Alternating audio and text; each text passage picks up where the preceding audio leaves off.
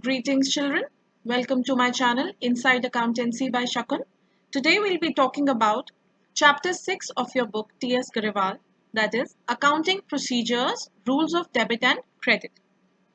The contents of this video are meaning of debit and credit, rules of debit and credit, classification of accounts, which is done by following two approaches, traditional approach and modern approach.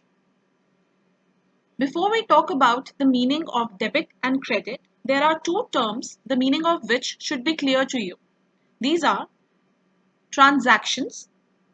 Transactions are recorded in the books of accounts on the basis of evidences, that is, the source documents, the documentary evidences such as invoices or debit notes or credit notes, etc. Now, rules of debit and credit are applied to each transaction and recorded in the books of original entry. Which is the book of original entry? The journal or the special purpose books, that is the subsidiary books.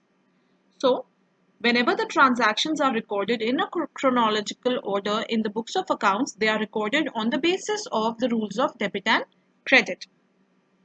The next term is account. Account is a record of transactions under a particular head. It is basically a T-shaped form under which, under one head only, all the information relating to a particular heading is mentioned. It records not only the amount of transactions but also their effect and direction.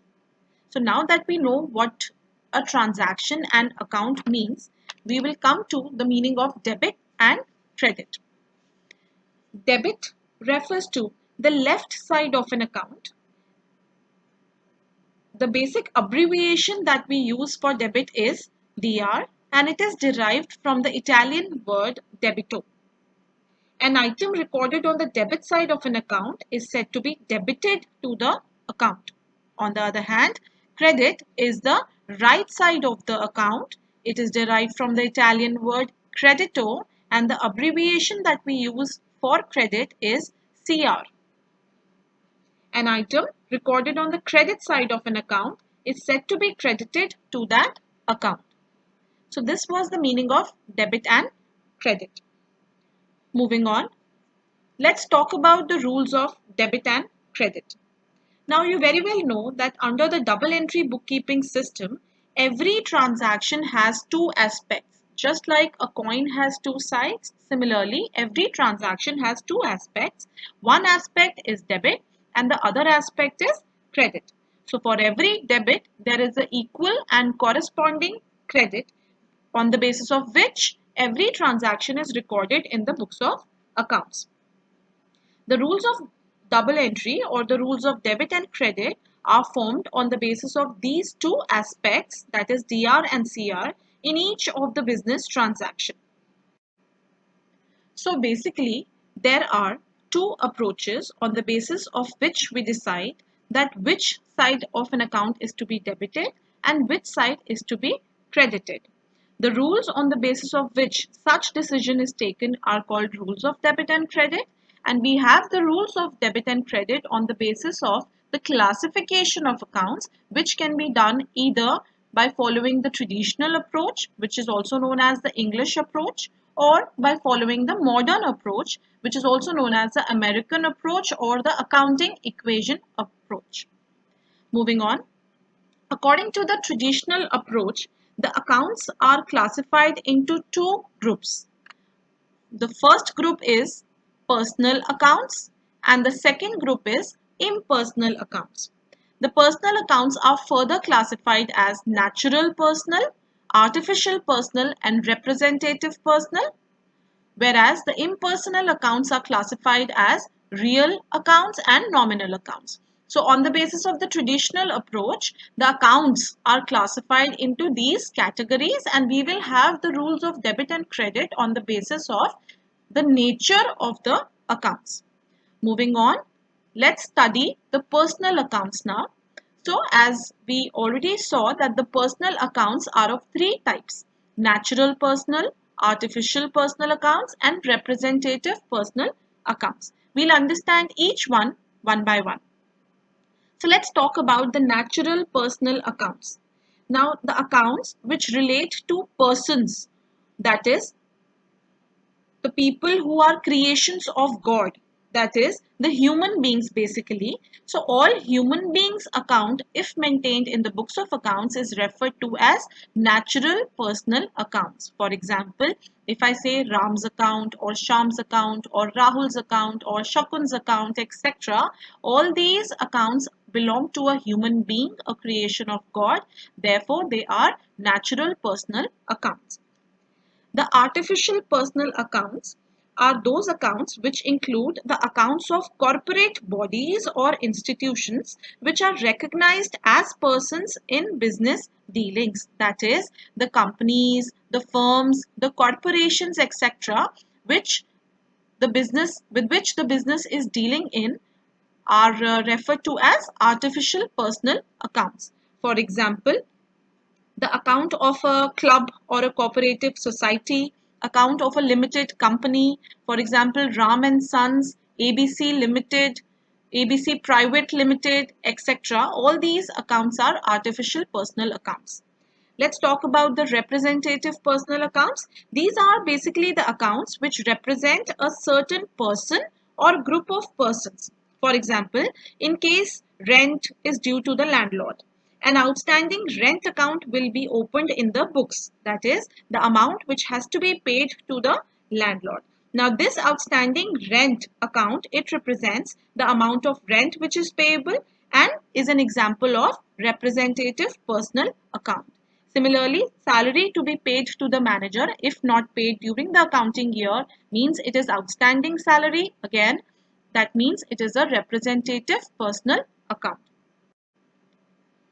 In case of personal accounts, the rule of debit and credit is debit the receiver or debtor and credit the giver or creditor. Let's understand this with the help of an example. So, for example, if a transaction is given as goods sold to Sham rupees 10,000. Now, in this transaction, can you identify any personal account? Yes, Sham is a personal account. That means we have to apply the rule debit the receiver and credit the giver. Since goods are sold to Sham, that means Sham is the receiver. Now, since he is the receiver, that means Sham's account should be debited. Moving on. The next classification that we'll talk about is the impersonal accounts. So impersonal accounts are of two types, real accounts and nominal accounts. In case of real accounts are those accounts which are relating to tangible or intangible assets. Tangible assets can mean the property or any ownership that the business has, for example, land, plant, machinery, furniture, etc. And intangible assets are those assets which cannot be seen, cannot be touched, but they do exist. For example, goodwill, patents, trademarks, etc. So tangible assets are those assets which can be seen, can be touched, and intangible assets are those which cannot be seen, cannot be touched, and both of these assets, they comprise the real accounts.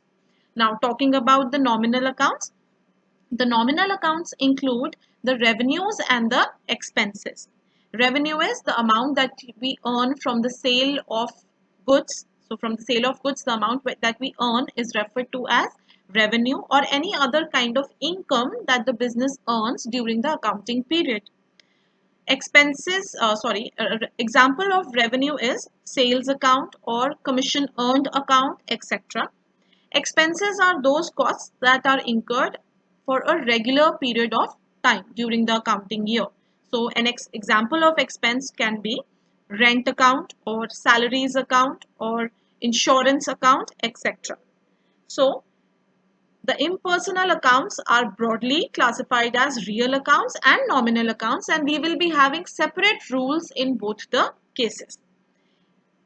One very important thing to be noted is that if a prefix or suffix, that is outstanding or prepaid or accrued, is added to the nominal account, then it becomes a personal account. For example, if I say rent, so rent is an expense it is a nominal account. But if I say prepaid rent, that is the rent for the next year that has been paid in advance. So if the prepaid prefix is added, it becomes a representative personal account. Okay. So if outstanding, prepaid or accrued is attached either in the beginning or at the end of any nominal account, then it becomes a personal account. Moving on to the rules of debit and credit. In case of real account, the rule of debit and credit is debit what comes in and credit what goes out. Let's understand this with the help of an example. The same example I've taken, goods sold to Sham, rupees 10,000. Now, since we are talking about the real accounts here, can you all identify any tangible or intangible asset here? Yes, very right. Goods is a tangible asset. So, goods is a real account. Now we have to apply the rule. Debit what comes in and credit what goes out. Goods are sold to Sham. So from the business point of view, the goods are going out. Since they are going out, therefore they should be credited. So goods account should be credited. In this case, sales account will be credited because in accountancy, we do not write goods account anywhere. If goods are purchased, we write purchase account. If goods are sold, we write sales account. Goods account is not used. So goods here will be credited. In place of goods, sales account shall be credited. Moving on, in case of nominal accounts, the rule of debit and credit will be debit all expenses and losses and credit all incomes and gains. Let's understand this with the help of an example. Suppose a transaction is given, salaries paid rupees 10,000. So salaries paid, we are paying salary on a regular basis. So that means salary is a nominal account. It is an expense. Since the word paid is written here, from this word we come to know that salary is an expense, right? So following the rule, debit all expenses and losses, credit all incomes and gains. Since salary paid is an expense, therefore salary account should be debited. If in a question, let's take another example. If in a question it's written commission received. Now when the word received is written there, that means it is an income.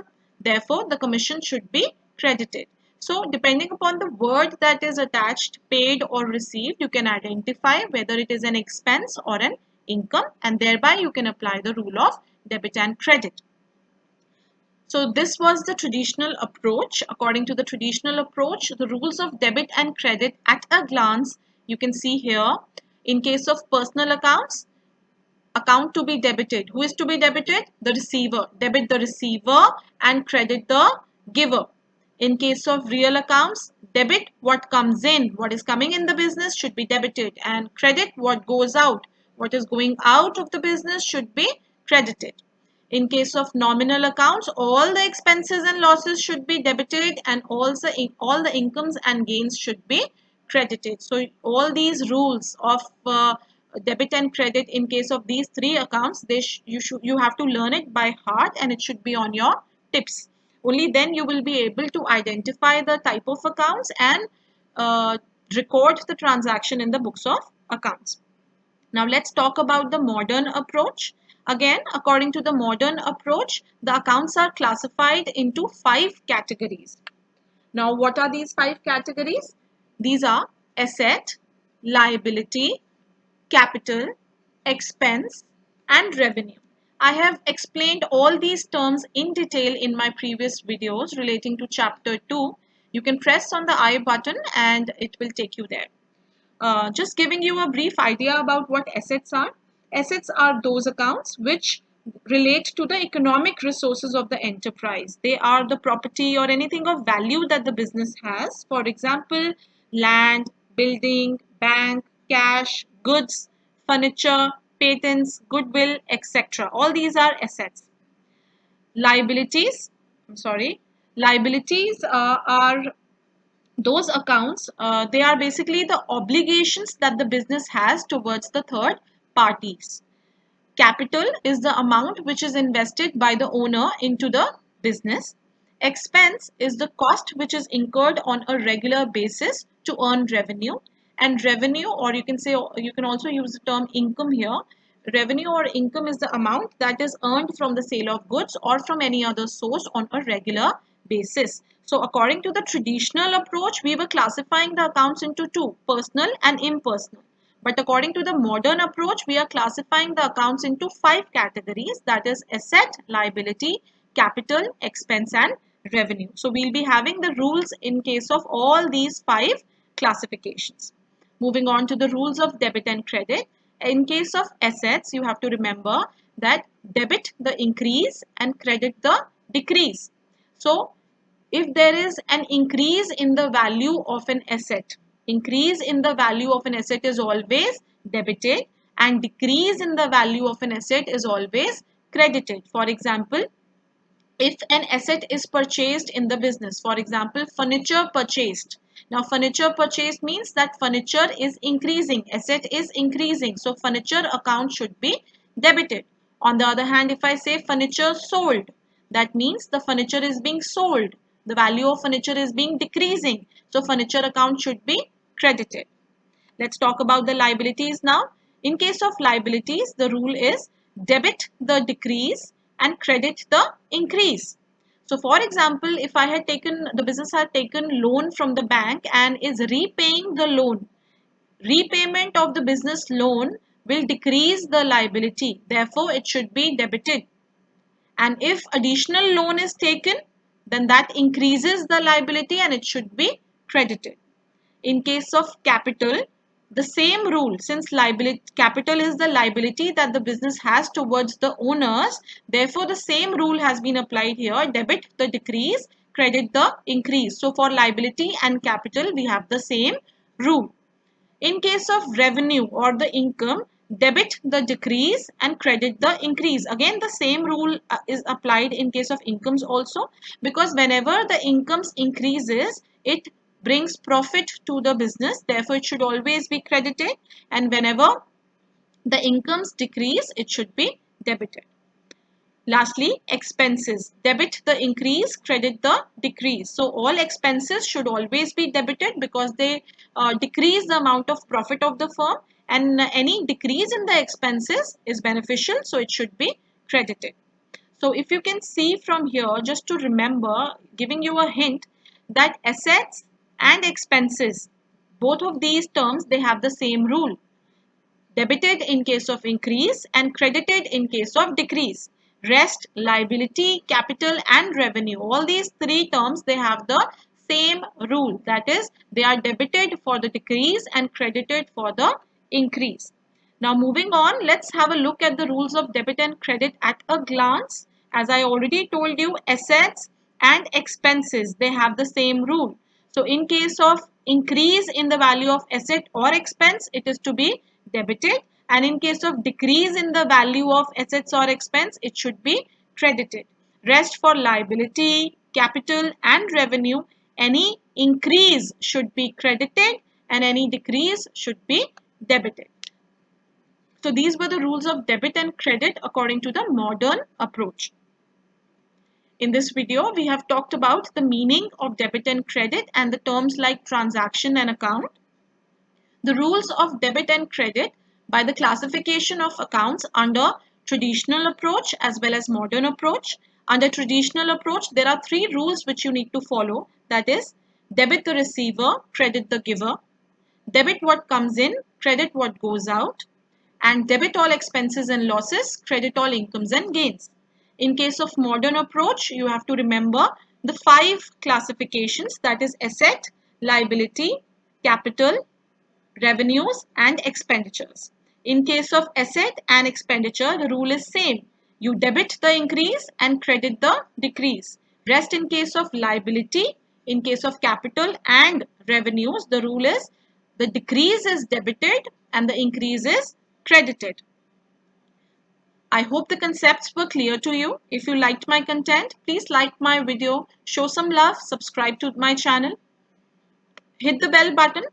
You will get notified for all the videos that I post. In case of any query, you can contact me on my email ID or leave a comment in the comment section below. Thank you so much for your patience and listening to me so attentively.